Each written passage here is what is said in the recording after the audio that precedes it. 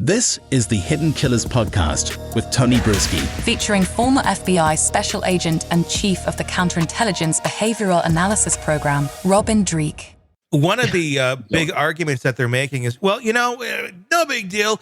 They're still around. You can still go talk to them. How different is it interviewing somebody on a topic like this? Like, I don't know, were you involved in a murder?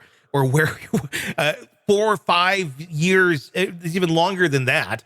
How many years are we talking now since this took place? This is what, 7, 8 years since the actual crime took place? To sit back down with them now, compare that interview to what they would have said literally the week of the crime. That's going to be a completely different interview.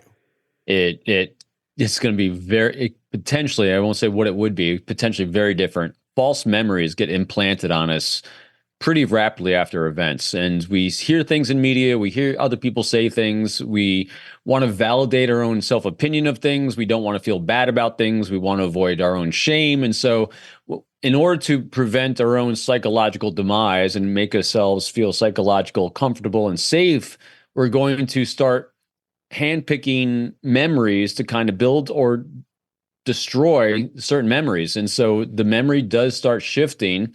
And that's why polygraphs are not admissible in court, because a polygraph measures physiological changes to what we're thinking.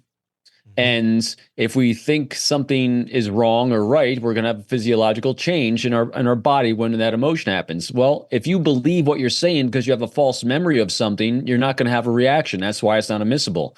And same thing in this situation. If you interview someone years after an event took place, and it's been such in a public arena like this, the ability of that person to objectively remember the event when you have social media and a social world impacting your memory of it, the accuracy from day one is going to be most likely very different.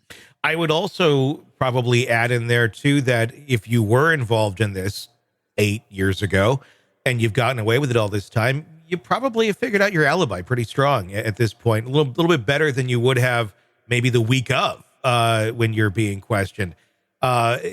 To me, it's baffling. And the thing is, these people aren't idiots. I mean, I don't think the prosecutor, I don't think law enforcement, I don't think anybody in Delphi is an idiot.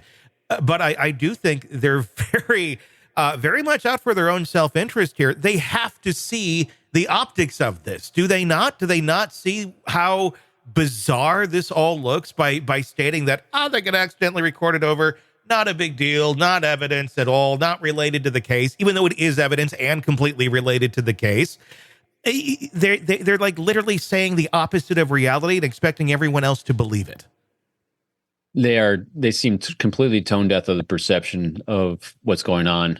Remember, perception rules everything. Unfortunately, facts and data are fantastic. We want to follow it. But when you're dealing with a case that's in such public eye, perception is going to matter a lot. And anything that's going to continually undermine the prosecution's position and credibility, and it keeps happening again and again and again, and the light's on you, to have no one step up and create a strategy for the 3 things that create trust. And because that's what both sides need. People need to trust defense, and people need to trust the prosecution / state in this one. Open communication, transparency, and vulnerability. Yeah.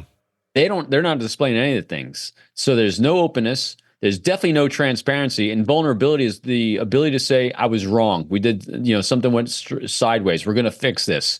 We're seeing none of that in this case. Granted, I know some of these things make them liable if they admit it, but at this point, everyone thinks they're lying. Without a doubt. I don't know. Are they just too close to this there in Delphi and don't have the context of like the greater world that's watching this and the pressure that's on them? Therein lies another echo chamber. And yeah. you get enthralled and entwined in groupthink. And it's I'm not saying it's a cult, they're a cult, but that's what the cult mentality is that you get isolated in a groupthink, and no one can change your mind from that groupthink, because part of that groupthink is now part of your identity and self-worth, and someone assaults that identity and self-worth, because I guarantee you, Every single person on the prosecution, on the state side of this, thinks they're doing a great job and they're doing it right. And everyone else is just trying to victimize them and come at them. Yeah. And so they kind of circle the wagons, their defenses go up, and it gets worse and worse. And so that's what our minds do. It feels like a bad Stephen King novel or something. And I'm not saying Stephen King's bad, but it feels like it's so fantastical, like it wouldn't even, pass the muster test there.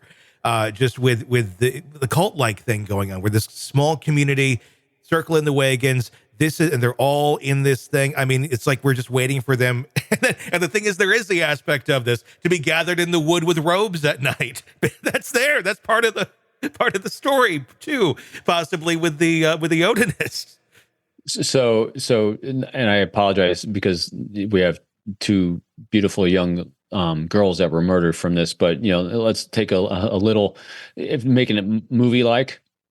So play things out exactly as they played out, and then the ending scene, no matter what the outcome in the jury is on his guilt or innocence of Richard Allen, the final scene is a hazy thing in the woods where you see 4 or 5 figures gathered around some sort of ritual.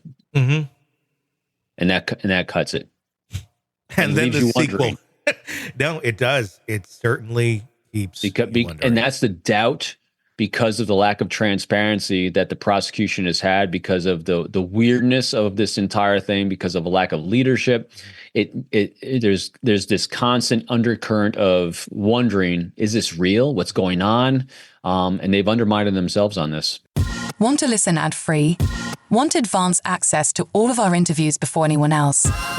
Become a True Crime Today Premium Plus subscriber on Apple Podcasts. You get every episode commercial-free, so you can binge on true crime until you can binge no more. Search True Crime Today Premium Plus on Apple Podcasts now, or go to our podcast page and sign up now. More of the Hidden Killers podcast next.